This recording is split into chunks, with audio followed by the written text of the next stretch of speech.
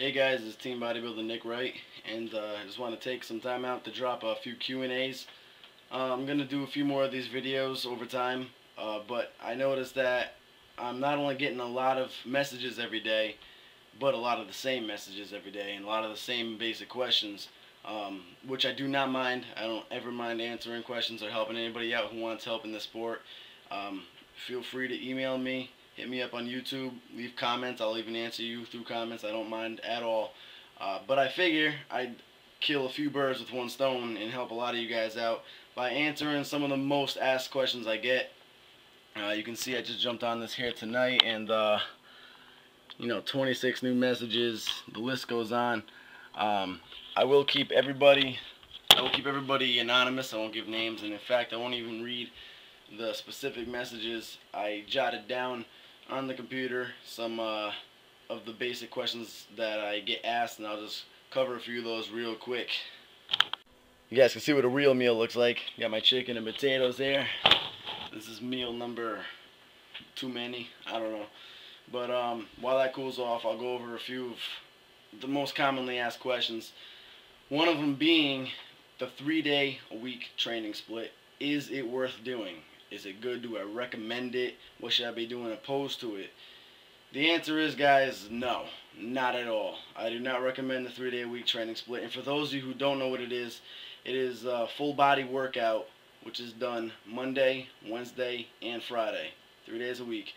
Full body workout every single day, or every single one of those days. The reason why I don't recommend it is because it will ultimately hurt your muscle growth before it helps it. Your muscles need 3 to 5 days of recovery time between working them out, and if you're doing it every other day, it's obviously not giving it enough time at all. You're going to end up breaking down your muscle fibers, and ultimately you're going to lose muscle, if anything. What I'd recommend as opposed to that would be a 5-day training split, which is what I do, which consists of one body part, or one muscle group I should say, per day. In my case, it'd be legs Monday, chest Tuesday, back Wednesday, shoulders Thursday, and arms Friday. Arms being the only exception. You do biceps and triceps on the same day. The order of days you do it in does not matter.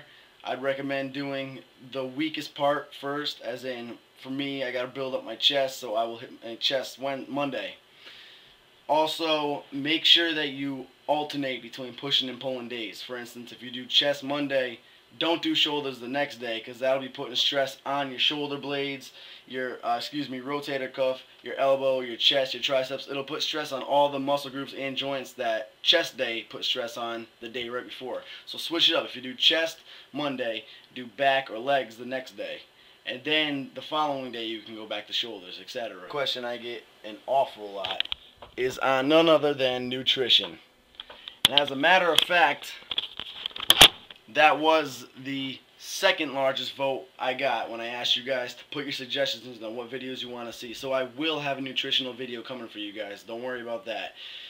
But in the meantime, I'll cover up really quickly a major scenario that I get presented with a lot, and it's cutting and bulking. I get a lot of people asking me, telling me that they're trying to lose weight and lose some inches around the midsection, but they're also trying to put on muscle.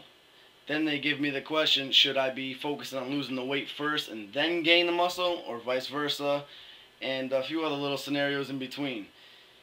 A lot of people will try to cut down their calories in order to lose the fat. Guys, that is the wrong thing to do. The key is finding a happy medium. You can keep your calories up, and in fact you have to if you want to maintain or gain any muscle at all. The thing is, make sure they're clean calories. That's where the happy medium comes in. In order to gain a sufficient amount of muscle, you need roughly 20 calories per pound of body weight. Meaning, if you weigh 150 pounds, you should be taking in 3,000 calories per day. Just do the math, apply it to your weight. You have to have the right amount of caloric intake in order to gain the muscle, or else you're simply not going to gain it. When you cut calories down, your body will then start taking muscle in and using it as fuel. It burns muscle before it burns fat. So really you're going to lose muscle. And for any of you who are cutting down calories and cutting down your food intake, and you guys see results on the scale, as in you're losing weight, chances are it's not fat you're burning. You're losing muscle. You haven't dropped a shred of fat.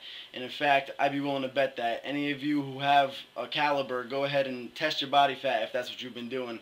And it probably hasn't dropped too much. The key is keep your calories up nice and high. Just make them clean. What does clean mean? Carbohydrates, for instance. Never, ever drop your carbs. You need carbs tremendously to gain muscle. You simply need them. End of story. Keep them clean. A clean carb is a sweet potato, wheat bread, brown rice. As in, stay away from white bread. No pasta, no mac and cheese, guys. Keep it clean. And also stay with clean and more or less pure protein sources, as in chicken, turkey. Fish is a very, very lean meat. Steak is actually a lean meat. I know a lot of you will be asking how that is, because you've heard it's a very fattening meat. There's a little bit to that, and I'll get into that later. But the main thing is stay away from pork, bacon, ham. Those are all artificial meats. They won't do anything for you, and in fact, they won't help you lose weight either. Guys, keep your calories up. Just keep it clean. That's the only way you will shed fat and keep muscle.